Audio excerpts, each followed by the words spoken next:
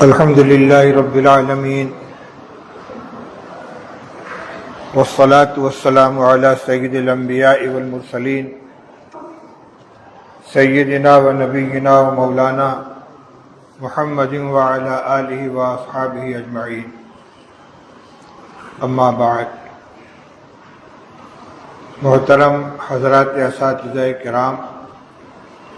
اور عزیز طلبہ، انجمن تقویت الاسلام شعبہ مناظرہ طلبہ دارالعلوم دیوبند کا آج کا یہ پروگرام اپنے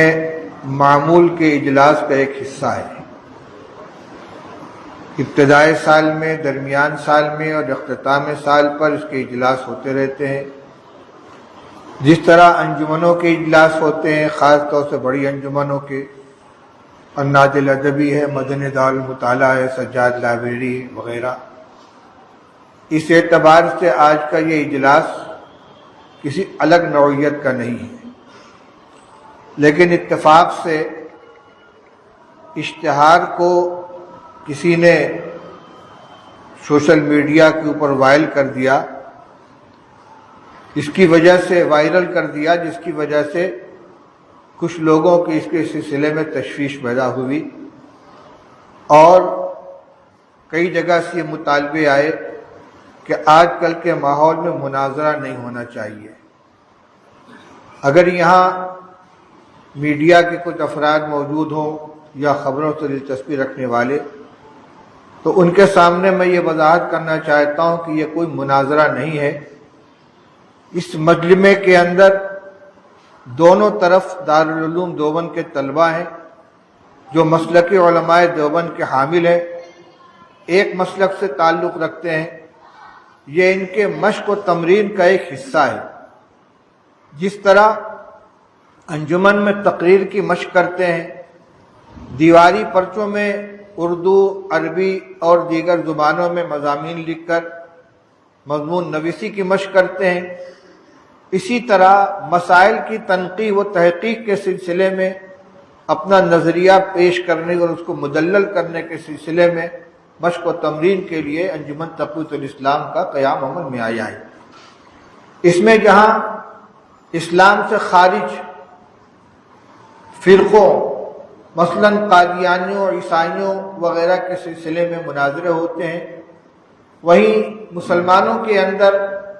جو فکری انحراف رکھنے والی جماعتیں ہیں اور ان سے ہمارے اکابر کے اختلافات ہیں، ان سے گفتگو کے آداب اور اس کا سلیقہ سکھانے کے لیے بھی مناظرے کی مشق کی جاتی ہے۔ جہاں تک تعلق موجودی جماعت کا، تو ایک تو ہے ملکی مسائل میں ہر ایک کے ساتھ ہمارا تعاون و اشتراک، اس میں کوئی اختلاف نہیں ہے۔ جمعیت علماء ہند ہمارے اکابر کی جماعت ہے، اس کا اپنا ایک منشور ہے اور ایک انداز فکر ہے، انداز عمل ہے، لیکن مسلمانوں کے مشترکہ مسائل جب زیر بحث آتے ہیں تو تمام مسلم جماعتوں سے، مسلک والوں سے اشتراک ہوتا ہے، چاہے وہ جماعت اسلامی ہو، چاہے جمعیت اہل حدیث ہو، چاہے کچھوچا سے تعلق رکھنے والے حضرات ہوں، اور اگر بریلوی مسلک کے بھی معتدل مزاج کچھ لوگ اس میں شرکت کرنا چاہیں تو ان کو بھی شریک کیا جاتا ہے۔ وہ ملکی مسائل ہیں، مسلمانوں کے ملی مسائل ہیں، اس میں کوئی اختلاف نہیں ہوتا، سب شانہ بشانہ کام کرتے ہیں۔ لیکن جہاں تک مسلک اور نظریے کی بات ہے تو ہر ایک اپنے مسلک کے سلسلے میں پختہ ہے اور اس آزاد ہے۔ مودودی صاحب سے ہمارا فکری اختلاف ہے، وہ اپنی جگہ پر قائم ہے، اور ہمیں یہ جاننا ضروری ہے کہ ہمارے اکابر نے ان سے علیحدگی کیوں رکھی ہے، دوری کیوں بنائے رکھی ہے، ہمارے خیال میں ان کے خیال میں کیا فرق ہے۔ حضرت مولانا سید حسین احمد صاحب مدنی رحمۃ اللہ علیہ دارالعلوم دیوبند کے شیخ الحدیث اسد مدرس، شیخ الہند رحمۃ اللہ علیہ کے شاگرد، مجاہد آزادی، ان کو کیا پڑی تھی کہ وہ مودودی صاحب کے دستور اور اصول کو سامنے رکھ کر انہوں نے اس کے بارے میں سوالات قائم کیے اور گفتگو قائم کی۔ آپ کو معلوم ہونا چاہیے کہ مودودی صاحب کی سب سے پہلے گرفت کرنے والے مولانا حسین احمد صاحب مدنی رحمۃ اللہ علیہ، جب جماعت اسلامی کا دستور شائع ہوا اس کے دفعہ 6 کے اندر یہ دفعہ موجود تھی کہ کسی کی ذہنی غلامی میں مبتلا نہ ہو، ہر ایک کو اللہ اور اس کے رسول کے دیے ہوئے معیار پر پرکھے۔ حضرت مدنی رحمۃ اللہ علیہ کان کھڑا ہو گیا، انہوں نے سوال اٹھایا کہ کیا صحابہ کرام رضی اللہ تعالیٰ عنہ کو بھی ہم اسی طرح پرکھیں گے، ان کے بارے میں بھی جانچ پڑتال کریں گے، ان کی بھی تنقیح کریں گے، یا وہ ہماری تنقید سے بالا تر ہیں؟ تو اس کا یہ جواب ملا کہ نہیں، وہ تنقید سے بالا تر نہیں ہے، ان کے اوپر بھی اسی طرح تنقید کی جائے گی۔ چنانچہ آگے کا پورا عمل اسی کے مطابق رہا، کسی کو چھوڑا نہیں گیا۔ یہ بنیادی اختلاف شروع ہوا ہے یہاں سے، اور پھر تفصیلات کے اندر جائیں تو دین کی پوری تعبیر کو مودودی صاحب نے اپنے انداز سے بدل ڈالا۔ رب کا کیا معنی ہے، الہ کا کیا معنی ہے، دین کا کیا معنی ہے، عبادات کے اغراض و مقاصد کیا ہیں، نماز کس لیے پڑھی جاتی ہے، روزہ کس لیے رکھا جاتا ہے، اور حج کس لیے کیا جاتا ہے۔ ایک تو مفہوم اور اغراض و مقاصد وہ تھے جو امت کے اندر متوارث چلے آ رہے تھے، ایک وہ ہے کہ مودودی صاحب نے بیان کرنے کی کوشش کی۔ مولانا ابو الحسن علی ندوی جیسا یکسو عالم کہ جن کے بارے میں کہا جا سکتا ہے کہ ان کا کسی سے کوئی اختلاف نہیں تھا، ہر ایک کے ساتھ وہ جڑ کر رہتے تھے اور ایک متفق علیہ شخصیت کی حیثیت رکھتے تھے، لیکن ان کو بھی ان اصطلاحات کے سلسلے میں مودودی صاحب کے خلاف قلم اٹھانا پڑا۔ حضرت مولانا محمد زکریا صاحب کانلوی رحمۃ اللہ علیہ، خانقاہ نشین، محدث جلیل، خالص درس و تدریس سے تعلق رکھنے والے، یعنی اس زمانے میں جب ہندوستان کے اندر لیگ اور کانگریس کا شدید اختلاف چل رہا تھا، ایک طرف حضرت مولانا اشرف علی صاحب تھانوی رحمۃ اللہ علیہ اور ان کے تلامذہ اور ان کے متوسلین جو دیانتاً یہ سمجھتے تھے کہ لیگ کے ساتھ وابستگی مسلمانوں کے حق میں مفید ہے، ایک طرف حضرت مولانا حسین احمد صاحب مدنی اور حضرت شیخ الہند رحمۃ اللہ علیہ کے دیگر تلامذہ جو یہ سمجھتے تھے کہ غیر مسلم برادران وطن کے ساتھ اشتراک کر کے ہمیں آزادی کی لڑائی لڑنی چاہیے، وہ دیانتاً مسلمانوں کے حق میں اس کو بہتر سمجھتے تھے۔ دونوں اپنے اپنے نظریے کے اوپر جمے ہوئے تھے اور بہت شدید اختلاف پیدا ہو گیا تھا۔ اس زمانے میں بھی مولانا محمد زکریا صاحب رحمۃ اللہ علیہ کا جو طرز عمل تھا، دونوں کے ساتھ یکساں تعلقات تھے، کوئی یہ نہیں کہہ سکتا تھا کہ ان کے ساتھ ہیں یا ان کے ساتھ ہیں۔ کسی سلسلے میں انہوں نے کبھی کوئی چیز نہیں لکھی، لیکن مودودی صاحب کے سلسلے میں ان کو قلم اٹھانا پڑا۔ مولانا محمد یوسف بنوری رحمۃ اللہ علیہ، علامہ انور شاہ کشمیری رحمۃ اللہ علیہ کے شاگرد، خالص درسگاہی آدمی، ان کو ان کے خلاف قلم اٹھانا پڑا۔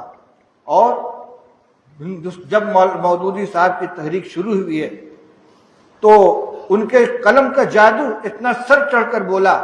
کہ بڑے بڑے چوٹی کے علماء ان کے ہمنوا ہو گئے،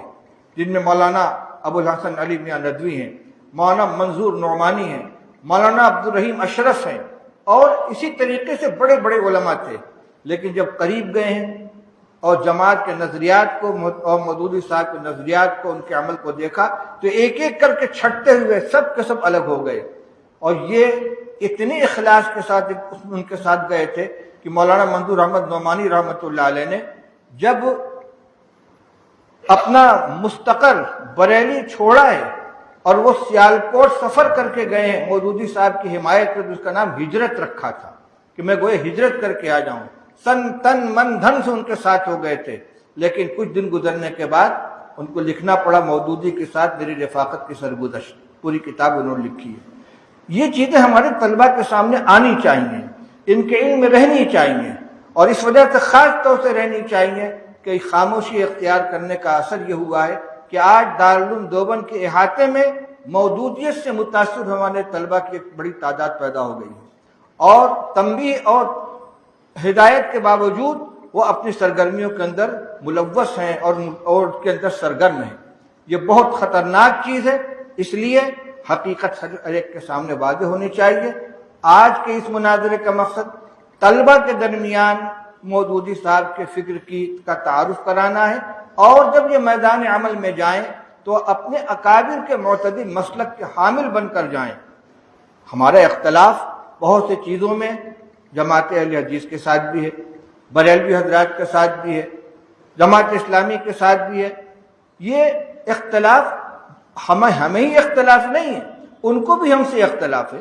مودودی صاحب کو بھی ہم سے اختلاف ہے، جماعت اسلام اور جمعیت اہل حدیث کو بھی ہم سے اختلاف ہے، بریلویوں کو بھی ہم سے اختلاف ہے، ادھر سے بھی ہے ادھر سے بھی ہے، لیکن وہ نظریات کا ہے، مسلک کا ہے، دین کے احکام کا ہے۔ اور جہاں تک ہندوستان کے اندر مسلمان کی حیثیت سے جینے اور زندگی گزارنے کا معاملہ ہے، مسلمانوں کے حقوق کا مسئلہ ہے، ان کے ملی مسائل کا مسئلہ ہے، ہم سب ایک ساتھ رہتے ہیں۔ اور یہ مناظرہ کسی اسٹیج پر نہیں ہو رہا ہے، کسی میدان میں نہیں ہو رہا ہے، کوئی چیلنج نہیں کیا جا رہا ہے، یہاں دونوں طرف طلبہ ہے، دارالعلوم دیوبند کے طلبہ ہیں۔ مقصد یہ ہے کہ حقیقت سے واقف ہو جائیں۔ اس لیے جن طلبہ کے ذہن میں یہ بات ہے کہ اس کو موضوع نہیں بنانا چاہیے، ان سے بھی میں کہتا ہوں کہ اگر آپ اس سے واقف نہیں رہیں گے، یا تو آپ ان کے فکروں کے شکار ہو جائیں گے، یا اگر کبھی آپ کو گفتگو کی ضرورت پڑی تو آپ لاجواب ہوں گے، خاموش بیٹھنا پڑے گا۔ اس لیے جیسے اور دیگر موضوعات کے اوپر تیاری کر کے آپ کے ساتھی آپس میں گفتگو کرتے ہیں، ایک فریق ادھر کا بن جاتا ہے، ایک فریق ادھر کا بن جاتا ہے، جبکہ دونوں آپ کے فکر کے حامل ہیں۔ اسی طریقے سے یہاں بھی دو جماعت بنا کر ان افکار کا تقابل کیا جائے گا، تاکہ آپ کو معلوم ہو جائے کہ مودودی صاحب کے جماعت اسلامی کے نظریات کیا ہیں، ہمارے اکابر کے نظریات کیا ہیں، کیوں حضرت مدنی، حضرت مولانا یوسف بن نوری، حضرت مولانا محمد زکریا صاحب کاندھلوی اور مولانا منظور احمد نعمانی، مولانا نجم الدین اصلاحی، ان جیسے اکابر نے کیوں ساتھ دینے کے بعد نہیں، ساتھ دینے والے تو چند تھے، ان جیسے اکابر نے آخر کیوں مودودی صاحب کے نظریات کی تجدید کو ضروری سمجھا۔ اس لیے آج کے اس مناظرے کو آپ غور سے سنیں، اس کے مضامین کو ذہن میں رکھیں۔ ہاں، مجادلہ، مخاصمت نہیں ہونی چاہیے، دلائل کے ساتھ گفتگو ہونی چاہیے، تاکہ آپ کے ذہن کے اندر دونوں طرف کے دلائل آ جائیں۔ پھر آپ یہاں سے فارغ ہو کر جائیں گے، اپنی درسگاہوں میں جا کے اپنے عمل میں مشغول ہو جائیں گے، کوئی آپس کے اندر کا مباحثہ نہیں ہوگا۔ یہ ایک مشق ہے، جیسے تقریر کی مشق ہوتی ہے، تحریر کی مشق ہوتی ہے، اسی طریقے سے گفتگو کرنے کی بھی مشق ہے۔ اور آپ جانتے ہیں، اگر آپ نے الفوز الکبیر پڑھی ہے، قرآن علوم کو جو حضرت شاہ ولی اللہ رحمۃ اللہ علیہ نے 5 قسموں میں منقسم کیا ہے، اس میں ایک علم المجادلہ بھی ہے، کہ دوسرے کے ساتھ گفتگو کرنے کا بھی انداز قرآن نے ہمیں سکھایا ہے۔ وجادلہم باللتی ہی احسن، اسی مجادلہ باللتی ہی احسن کو سکھانے کے لیے انجمن تقویت الاسلام کے ذریعے اس طرح کے پروگرام ہوتے ہیں۔ ان کا مقصد نہ حقیقی مناظرہ ہے، نہ کسی کو یہاں چیلنج کیا گیا ہے، بلکہ طلبہ ہی کے دو جماعتوں کے درمیان مباحثے کی شکل پیدا کی جا رہی ہے، تاکہ دونوں طرف کے دلائل ہمارے سامنے آ جائیں اور ہم اپنے اکابر کے معتدل مسلک کے اوپر گامزن رہتے ہوئے آگے قدم بڑھائیں۔ اللہ تعالی ہم سب کو صحیح عمل کرنے کی توفیق عطا فرمائے۔ وآخر دعوانا الحمدللہ رب العالمین۔